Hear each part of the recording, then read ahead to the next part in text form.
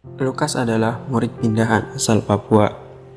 Ia pindah dikarenakan keadaan keluarganya yang serba terbatas. Lukas tinggal bersama pamannya, Joshua.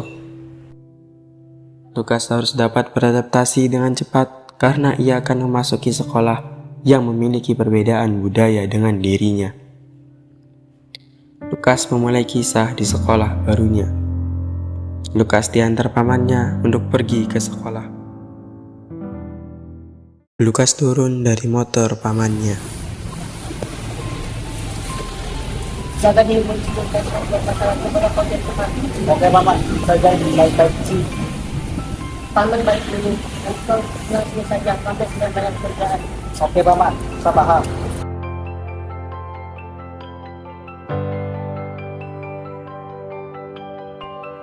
Lukas mulai memasuki sekolah barunya.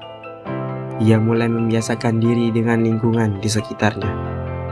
Lukas memperkenalkan diri di depan teman kelas barunya. Kenalkan, saya punya nama Lukas. Saya asal Papua. Semoga saya bisa berteman dengan kalian semua.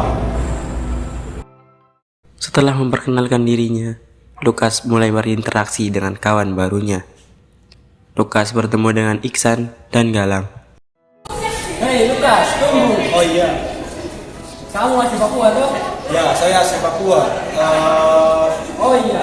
Kenalkan nama saya Galang dan ini teman saya Iksan. Oh iya, salam kenal, Galang bisa. Bisa kamu coba bahasa Papua Lukas? Mereka kemudian ditegur oleh Ahmad yang merupakan ketua. Hei, kalian yang membuli anak baru dah. Dia juga teman sekelas kita. Apa sih, kita kan cuma bercanda doang. Udah gini doang dibikin serius.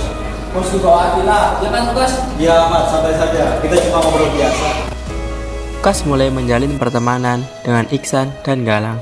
Lukas merasa Iksan dan Galang menghargai perbedaan yang ia miliki. Lukas, kenapa kamu pindah ke sini?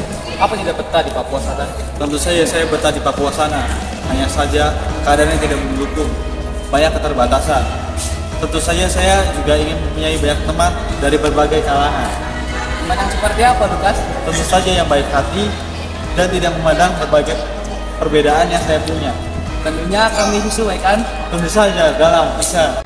Lukas ternyata anak yang berprestasi di bidang akademik. Ia meraih banyak prestasi yang menjanjikan di sekolah barunya. Lukas mendapatkan banyak apresiasi dari guru dan teman-temannya. Kondisi ini membuat Galang dan Iksan merasa terendahkan. Mereka menganggap bahwa mereka lebih baik daripada Lukas. Iksan dan Galang mulai merencanakan sesuatu yang merugikan Lukas. Gua ngerasa kita lebih rendah daripada Lukas. Ya sebenarnya sih gua nggak tahu dulu ya. Tapi gua dipikir Lukas memang ada jenis gitu.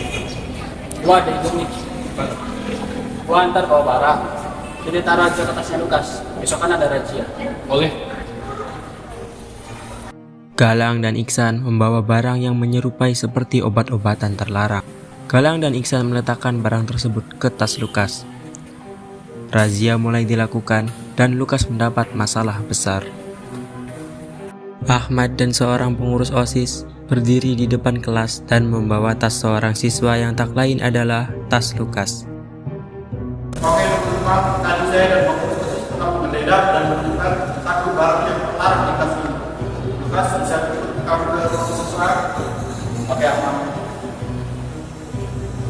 Lukas pun meninggalkan ruangan kelas. Lukas kedapatan membawa barang yang teridentifikasi obat-obatan terlarang. Namun, barang tersebut ternyata hanya sebuah garam. Dia terlanjur sudah mendapatkan reputasi buruk dari pihak sekolah dan para siswa. Namun, ia tetap diberikan peringatan dikeluarkan dari sekolah. Lukas merasa ia terdiskriminasi, namun ia menerimanya secara lapang dada. Rencana kita berhasil kan? Gua puas banget lihat Lukas sampai di Bali. Gue besok gak bisa berangkat ya. Tolong izinin. Oke, Pak. Keesokan harinya, Iksan kembali bertemu dengan Lukas yang sudah 2 hari tidak masuk ke sekolah. Hai Lukas, kemana saja kamu kemarin-kemarin? Saya sudah punya masalah di sana. Kau tahu kan, kalau ada orang yang menaruh obat-obatan terlarang di dalam tas saya, padahal itu hanyalah garam. Gara-gara itu, saya hampir dikeluarkan dari sekolah. Saya harus menyelesaikannya dulu. Tapi kenapa kamu kelihatan santai-santai saja Lukas? Saya tahu saya orang baru di sini, jadi pasti banyak orang yang membenci saya. Tapi saya tidak punya dendam.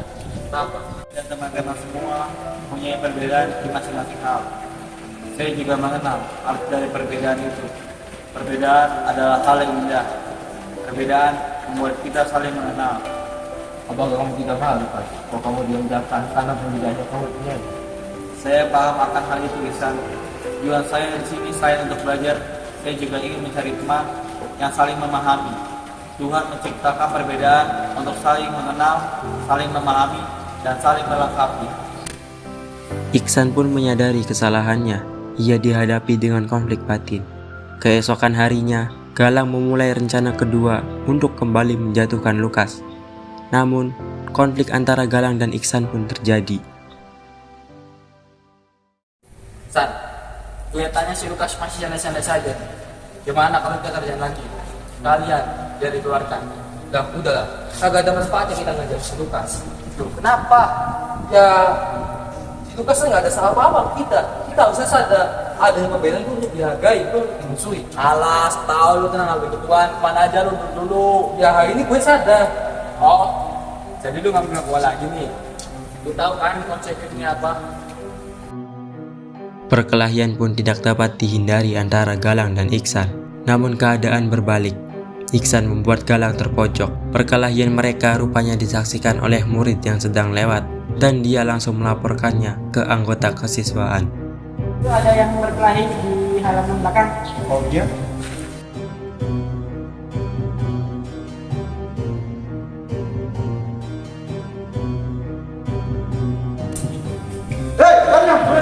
Keadaan Galang sudah tak sadarkan diri. Usai perkelahian, Galang dinyatakan kritis. Pihak sekolah langsung bertindak dengan mengeluarkan Iksan dari sekolah. Sebelum pergi, Iksan sudah membuat janji dengan Lukas untuk bertemu. Hei Iksan, kemana saja kamu hari ini? Lukas, saya berterima kasih sama kamu. Kamu telah mengingatkan saya tentang rajin perbedaan.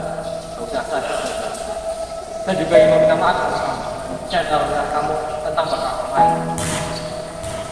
Saya tidak akan bisa membahas kebaikannya. Mungkin di masa depan nanti saya bisa membahas ini dengan baik. Terima kasih. Lukas pun bersalaman dengan Iksan sebagai tanda tali persaudaraan yang sudah terjalin. Cerita berakhir.